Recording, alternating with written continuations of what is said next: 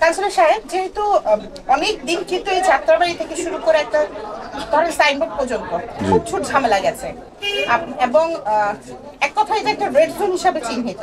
সেক্ষেত্রে আজকে দেখলাম যে মসজিদগুলিতে বিভিন্ন কাউন্সিলর অবস্থান করেছেন, আপনিও দেখলাম একটি মসজিদে অনেকক্ষণ ছিলেন। মূলত আপনারা আসলে কিভাবে এটা এই পরিস্থিতি হ্যান্ডেল করছেন?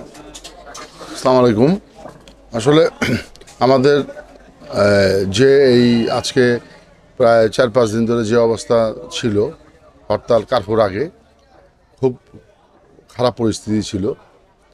আমাদের এলাকার সাধারণ মানুষ সহ মানে যারা দিন আনা দিন খাওয়া মানুষ, তারা খুব খারাপ অবস্থার মধ্যেই এখনও আছে।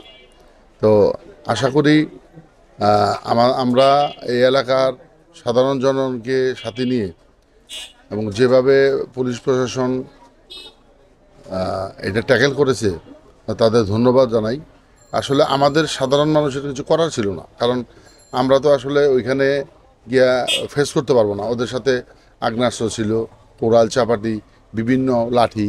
আমরা তো খালি হাতে, সাধারণ মানুষ তো খালি হাতে কারোর কিছু করতে পারে না। তবে আমাদের প্রশাসনিক পুলিশ টুলিশ যারা ছিল, তারা তাদের সহযোগিতায় জিনিসটা ট্যাকেল হয়েছে। আপাতত সুন্দর পরিবেশ সৃষ্টি হয়েছে। অবশ্য আমার এলাকাটা যেটা যাত্রাবাড়ি, যেটা বলি আর কি, যাত্রাবাড়িটা পুরো থানা। আমার এই এলাকায় কিছু হয় নাই। এই আমার এলাকার পরে যেটা 61 নম্বর ওয়ার্ড এবং 62 নম্বর ওয়ার্ড, 65 নম্বর ওয়ার্ড, এই ওয়ার্ডে খুব বেশি গ্যাদারিংটা হয়েছে।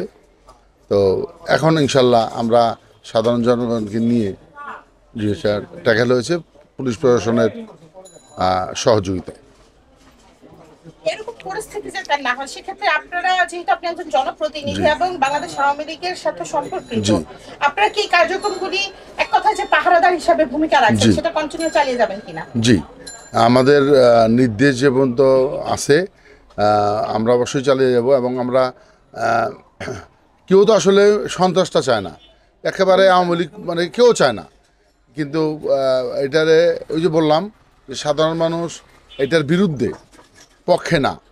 যেই সন্ত্রাস করুক তার বিরুদ্ধেই আমরা। হ্যাঁ, এখন হইলো এটা তো সাধারণ মানুষ এবং আমরা আওয়ামী লীগ বা যেই হোক, আমরা কেউ সন্ত্রাস চাই না, কেউ সন্ত্রাস চাই না।